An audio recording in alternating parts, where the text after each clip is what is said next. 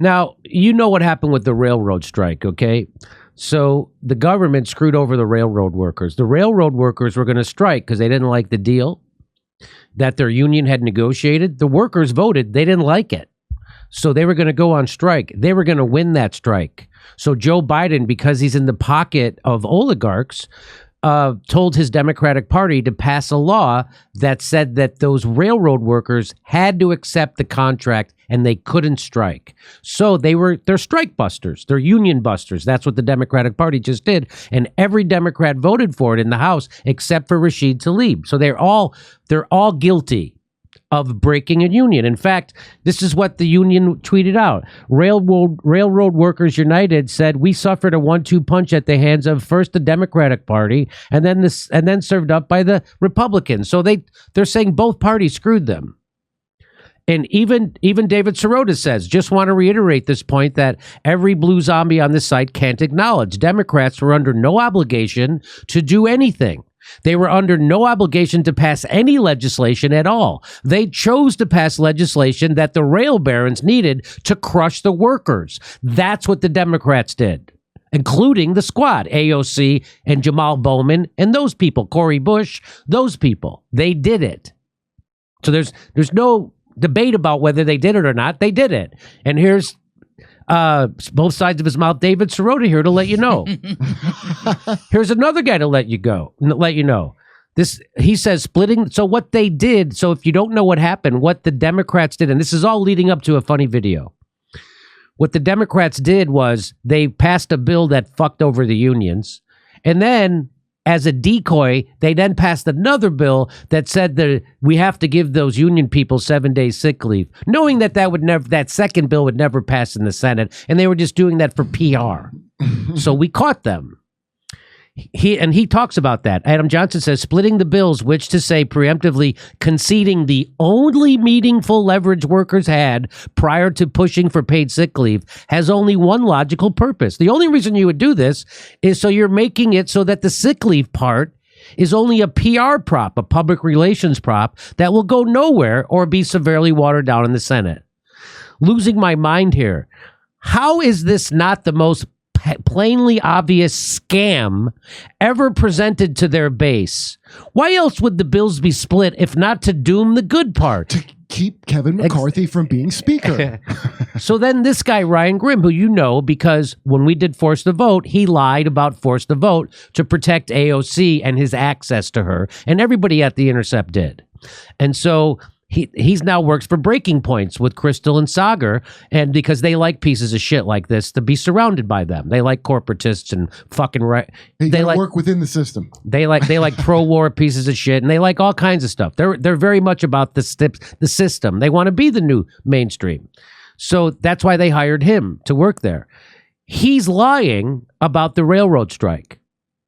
He's pretending that the Democrats did what the railroad workers wanted them to do. I like it's only got 2 likes because Twitter's not boosting his shit. Right. So so now they're not boosting his shit anymore, and now he only gets 2 likes. All his buddies, meaning David Sirota, said the Democrats chose to do this. They sided with the rail barons and crushed the workers.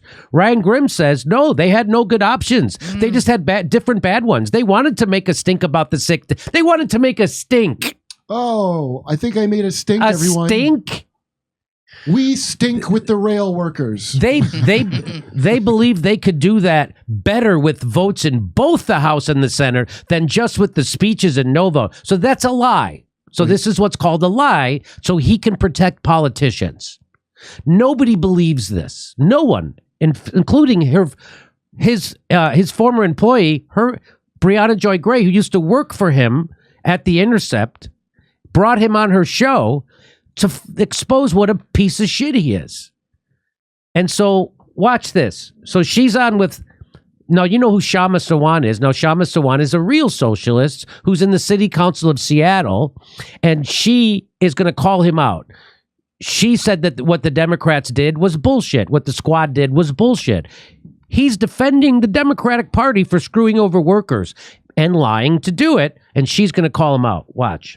Look, if they had done what you said, like vote no, and then So what we wanted them to do, what Shama Sawant wanted the Democrats to do, what the railroad workers wanted the Democrats to do, was to vote no on the bill that would make them forced to take that contract. That's what they wanted. They wanted the Democrats to not do anything so that they could go strike and they would win that strike. So he's pretending that the workers wanted them to pass that second. Blah, blah, blah. It's all a lie. So watch this. What Shama Sawant doesn't let him get away with it. Watch. Look, if they had done what you said, like vote no and then they vote yes, wouldn't their critics be saying, "Oh, that was just a performative no vote," and they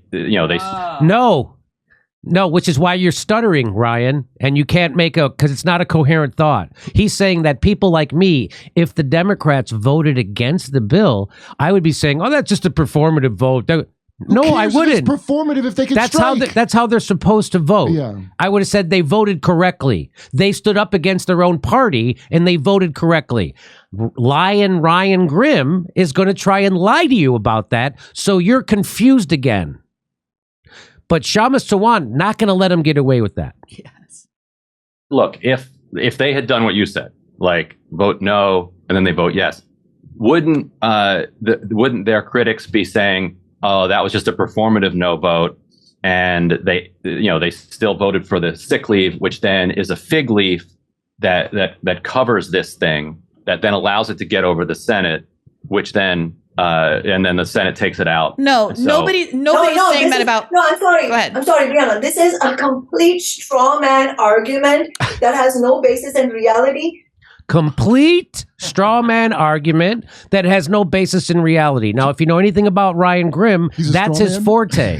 He's a straw man. Everything he said about forced to vote was a straw man. When he attacked the people who were organizing for Medicare for All marches, those were straw men. What he's doing now is so what a straw man is phony. It's fake. It's made up. It's not real. And that's what Ryan Grimm is doing. Why is he doing it? Because he's paid by billionaires to fucking lie to you and keep his access to politicians like AOC. AOC just did a fucking interview with him so did represent the Democratic politicians.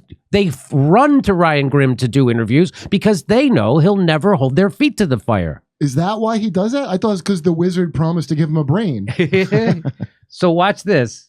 If socialists and progressive had voted only for a bill with paid sick leave, who in their right mind, who's on the side of the railroad workers, would be blaming them for that? This is complete nonsense. And it's really just a way to, again, wait a minute. Away from the reality that nobody in their right mind, Ryan, maybe despite being a political analyst, you thought that the Senate, there was any chance of the Senate voting yes on a paid sick leave bill. But as Briahna, you were saying, workers in their right mind understood that there was zero chance of this passing in the Senate. So what they actually did is what's performative, which is where they gave cover to the Biden administration and to the Republicans to break the strike and to sell out the workers. And yes, Biden did betray, and the betrayal began with the Biden administration. There is no question about that. But it is commentators like yourself who will then, at any moment, whoever among the Democratic Party is in the crossfire of workers, justifiably, then those people are going to be protected. So when the fire was against workers were angry against AOC and Jayapal, then suddenly AOC starts tweeting, and then you all start defending her by saying, "Oh well, the unions wanted it." But as I was clarifying before you came, it wasn't union rank and file, and I don't know which rank and file you spoke to. So she said it better than I could. She just pointed out that so whenever there's workers can make progress, there's Ryan Grimm to jump in, muddy the waters, and protect politicians, gaslight, and lie. So he's doing the bidding of the establishment. He's doing the bidding of the railroad tycoons, of the billionaire class, of your enemy. Ryan Grimm is your enemy. I don't care how he tries. Now, how do you think the devil's going to look when he comes? He's going to look like that fucking guy, and he's going to talk like a boring fucking guy, so he doesn't attract attention to him. But what he's doing is very effective for the establishment. He is doing the job. He is giving the Democrats some. Look, the reporter at The Intercept agrees with me. He knows that we're on the side of the workers. So so now, you know, and he's doing this on her. He'll come on her show. He will never come on our show. But I wonder if he'll ever do this again either. But it doesn't matter. His check is not going to stop. He's going to keep getting checks from billionaires because that's who he serves. That's why he's best friends with Cenk Uygur, because Cenk Uygur also serves billionaires. That's why he's on Rise. What the fuck is that show called? Oh, Breaking Point? Breaking Point, because they are super right-wing pro-war, and that's why they like this guy.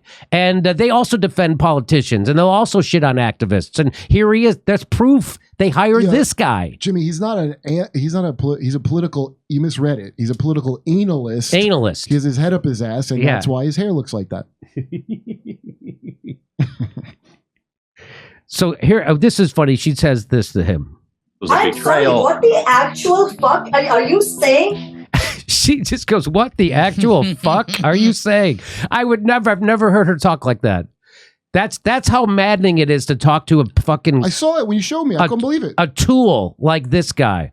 This guy's an obvious tool. He thinks of ways to sell shit sandwiches to people. Yes. So that's it. He's just... And so here's his buddy David Sirota, just to remind you, gonna keep retweeting liberals like this who either don't know or don't care that it was the Democrats who passed a strike-breaking bill without adequate paid sick leaves. When workers' rights conflict with the Democratic Party priorities, MSNBC lobotomized liberals happily shit on workers. And what he's talking about is Ryan Grimm there, but he won't say Ryan Grimm because they're friends. I just checked his Twitter because I was curious, especially he talks about MSNBC lobotomized liberals. Yeah, he won't say in The Intercept lobotomized liberals. Yeah, I went and looked up. I just want to see what he was saying about all these Twitter reveals. Nothing about it. Oh, David Sirota? Yeah, he's got David Sirota's got nothing to say about the Twitter. Nothing about it. David Sirota's not going to say fucking anything about David Sirota. He thinks it's bad. He goes, I should pick your battles. Is that the hill I want to die on? Really? So I thought David Sirota was good friends with Matt Taibbi. He didn't even have one tweet defending Matt Taibbi. Not that I saw. I'm going to look again, but I just now went through and I'm like, he doesn't have anything about what they're all talking about. So David Sirota totally fucking ghosting his friend Matt Taibbi as the entire shit Democratic Party piles on him, and he's doing tweets like this to try to distract you. That's what that is. For sure, because I don't know if I went back far enough. I would be surprised. Steph, go to David Sirota's Twitter feed. Okay. See if he's tweeted anything in defense of Matt Taibbi. Okay. Here's Ryan Grimm. He did this before with the truckers. So this one. He tried to say that the truckers were all right wing. I sent this to you. It made me so. They were all right wing and white supremacists. Ryan Grimm tried to smear the truckers as white supremacists because a news organization covered a white supremacy news story a year earlier, and now they're covering this too. He tried to do "you're from the wrong lunch table" kind of shit. Watch this. This is amazing. Whenever people get together to fight against the oligarchy, Ryan Grimm, the DC bureau chief of The Intercept, is there to smear them and discredit them. He did it with people who were forced to vote. He did it to those people. He did it to people who were doing the Medicare for All marches. He did it to those people. And now watch what he's going to do to these people. He's going to try and smear the truckers, not talk about the issue at all. All he's going to do is say, you guys are right-wingers. Why should we listen to you? That's what he's going to do. Watch this. Of the trucker protests have linked it to kind of far-right fringe movements, and your own network has been linked to far-right fringe networks as well. I think you guys took a lot of criticism for very favorable coverage of the Unite the Right rally down in Charlottesville, which was an explicitly grotesque kind of white supremacist event. Why doesn't that give people a real sense of foreboding about where this movement does come from? He's saying that these truckers are smeared.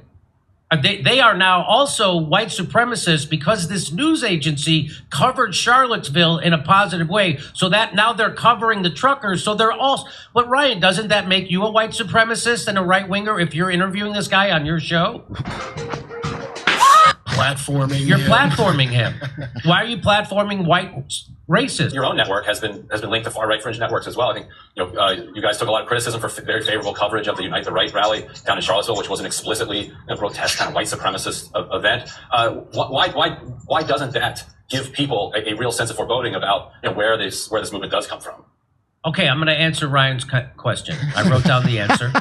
The reason why it doesn't give people a sense of foreboding about where this movement is coming from, Ryan, is because it's very clear where it's coming from. And the corporate media has been able to suppress where it's coming from. And that's why you're now going to do your best to imply that it's just a bunch of secret Nazis. Oh, it's probably not the neoliberal authoritarianism hurts working people. No, they're probably just secret Nazis. Sure, they say it's about mandates, but I bet it's about racism, right, Ryan? I better ask the dumbest question in the world and then go home and cut my hair myself, because I'm Ryan Grimm. Oh, it sounded like poetry, those lines. So that's and that's why Ryan Grimm has to, and Jeremy Scahill did it too. After Forced to Vote, he gave a softball interview to AOC and didn't ask her a hard question about any of it. And that's where they go. They go to The Intercept for a softball interview. Maintain access at all costs. So here's what Jackson Hinkle tweeted this out in June of 2021 in 6 months increments. AOC tweeted about Medicare for all 40 times, then 14 times, then the next 6 months 17 times, then the next 6 months 8 times, and then the next 6 months just 7 times, and then after that just once. Looks like the left is finally growing up. Ha! So that's after Forced to Vote. She tweeted about Medicare for all once. So Ryan Grimm, that's the kind of stuff he protects. And what he's really protecting is his billionaire news outlets access to give softball interviews to those politicians so they can sell newspapers. That's all that is.